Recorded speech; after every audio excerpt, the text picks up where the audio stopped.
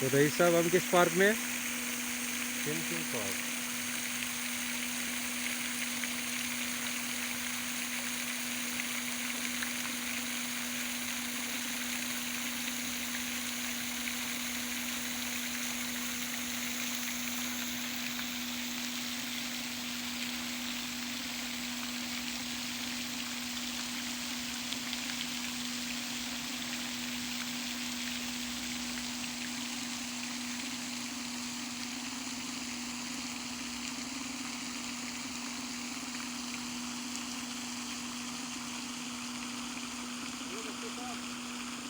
Photography का time नहीं है,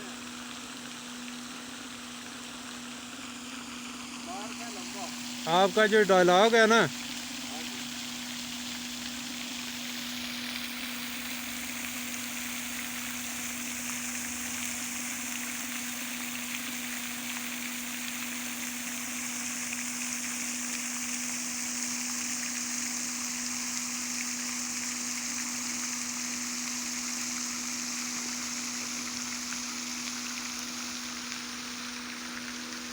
जी जी, अच्छा, मजे की बात है, कुत्ता अलावा नहीं है एरिया में। ये आखिरी डायलॉग अपना बोलते हैं ना तो वीडियो बहुत फिट बन गई थी। नहीं, वीडियो फिर भी अच्छी होगी यार। वो जगह प्यारी है बहुत।